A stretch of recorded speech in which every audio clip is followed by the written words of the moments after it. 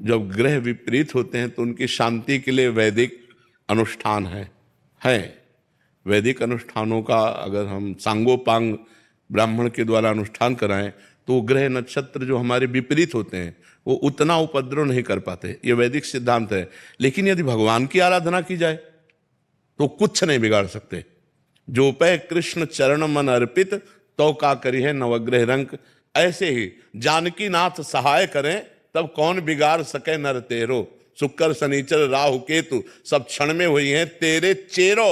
जानकी नाथ सहाय करे तो कौन सीम की चाप सके को तासु। बड़ रखवार रमापति जासु। यदि भगवान तुम्हारे अनुकूल हैं और शनिचर 7.5 है तो कुछ नहीं बिगड़ने वाला, मंगल ही मंगल होगा।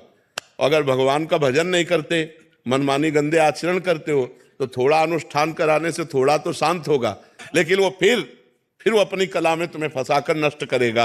इसलिए हमें लगता है कि जो वैदिक अनुष्ठान करवा सके तो करवा ले, नहीं भगवान का नाम लेकर के, भगवान का आश्रय लेकर हर ग्रहों को शांत किया जा सकता है। खूब नाम जप करो, हर ग्रह शांत हो जाएंगे, अपने आप शांत हो जाएंगे। कह रहे कि बड़ा चिंतन, जैसे कुछ भी परेशानी आती है तो ऐसा लगा 7.5 आ गया। ले ऐसा। अच्छा ये बताओ, जिसके ग्रह नक्षत्र विपरीत नहीं होते उसको समस्या नहीं मिलती क्या? जो हमने पाप कर्म किए वो हमें भोगने पड़ेंगे कि नहीं भोगने पड़ेंगे? तो शरीर की रचना 2 कर्मों से हुई, पाप और पुण्य दोनों के मिश्रित से हुई, तो कभी सुख आएगा कभी दुख आएगा। हाँ, ग्रह नक्षत्र विपरीत होते हैं तो हमको परेशानी ज्यादा पड़ती है, हमें समस्याएं ज्यादा आती हैं। तो हम ग्रह नक्षत्रों की शांति का उपाय बिल्कुल सरल उपाय है, राधा राधा राधा राधा राधा। जो पे गोविंद चरण मन अर्पित तो करिए का नवग्रह रंक। और हर नवग्रह अनुकूल है आपके, और आप भगवान के प्रतिकूल हो तो तुम्हारा विनाश ही विनाश होगा, तुम्हें कभी लाभ प्राप्त थोड़ी हो सकता है। मान लो बड़ा अधिकारी हमसे नाराज हो जाए, होमगार्ड हमसे हाथ मिलावे तो फायदा क्या होगा? आप विचार करके तो हमारा क्या लाभ मिलने वाला है? तो बड़े अधिकारी अखिल कोटि ब्रह्मांडों के परमेश्वर भगवान है और भगवान के प्रतिकूल चल रहे हैं तो कुछ नहीं होगा। और कुछ ना करो और केवल भगवान का आश्रय ले लो, हर ग्रह नक्षत्र आपके अनुकूल होंगे। कभी इनकी हमने मान्यता ही नहीं की कि कोई, और कभी ये चरवाना नहीं चाहिए। नहीं कि अब हमारे आगे क्या होने वाला है, आगे जो होगा सो देख लेंगे, भगवान देख लेंगे, भगवान के शरण में है, राधा राधा राधा। समझ रहे ना? या आज की समस्या में तो हम परेशान है, आगे की समस्या और हम मोल ले कि आगे क्या होने वाला है। अरे ब्रह्मा जी ने जो हमारे भाग्य में लिख दिया उसे कोई मिटा नहीं सकता, बात समझना। जो विधना ने लिख दिया 6ठे राव के अंक, राय घटे न तिल बढ़े, राई घटे न तिल बढ़े, रहुरे जीव निशंक। एकदम निर्भय रहो और भगवान का भरोसा रखो, सब जगह ठीक हो जाएगा। महाबलवान रावण था, भगवान से विमुख होकर शनि को बांध दिया था, अपने काबू में किए हुए था, समस्त ग्रह नक्षत्र देवी देवता सब। लेकिन क्या हुआ? अंत में क्या हुआ? उसकी खोपड़ियों को जैसे कोई फुटबॉल मारता ना, ऐसे बंदर लात मारते थे। तो वो मंदोदरी जी ने कहा, राम विमुख अस हाल तुम्हारा। ये जो तुम्हारा हाल है, ये राम विमुख अस हाल तुम्हारा, रहा न को कुल रोवन हारा। और जबकि इतना सामर्थ्य था कि शनि को भी बंदी बनाए हुए था। तू बिगाड़ने आया हमारे ऊपर 7.5 में ना, उसी को बंदी बना दिया।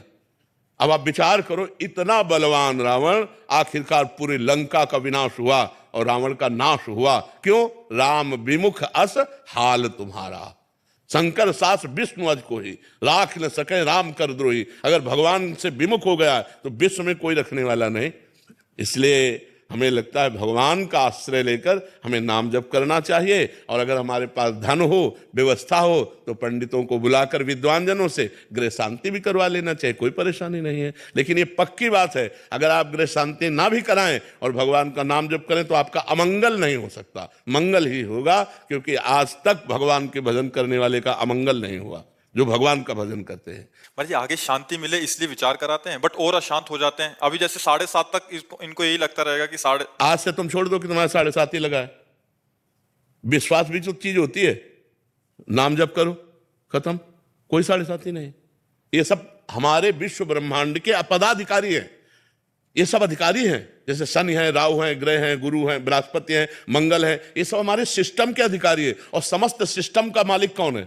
भगवान। और हम भगवान की शरण में तो सिस्टम हमारे अनुकूल होगा कि प्रतिकूल? सब सिस्टम अनुकूल होगा, सब अनुकूल हो जाएगा। मंगल भवन अमंगल हारी। तो इसलिए आप लोग समझिए इस बात को। एक आदमी घोड़े की नाल की अंगूठी पहने था, लोहे की, हाँ, हमने कहा, तो उसने कहा ये छल्ला इसलिए धारण किए हैं कि हमारे ऊपर शनि का है प्रकोप है, तो प्रकोप नहीं होगा। अरे उस घोड़े से पूछो जिसकी तुम नाल पहले हो कि कितना वजन लाद के उसको दौड़ाया जाता है। अरे उसकी किस्मत तो खराब है, तुम्हारी किस्मत उसकी नाल पहनने से बन जाएगी। पूरी नाल ठोकी हुई है और उसकी किस्मत नहीं बदल रही है, तो तुम्हारी अरे राम राम जपो, राधा राधा जपो, कृष्ण कृष्ण जपो, तुम्हारा मंगल होगा। भाव कुभाव अनख आलस हो, नाम जपत मंगल दिस दसो, इस बात पर विश्वास करो। तो आप भैया निश्चिंत रहो, खूब नाम जप करो, और होई है सोई जो राम रचि राखा, को कर तर्क बढ़ावे, ये कुछ नहीं बिगाड़ सकते।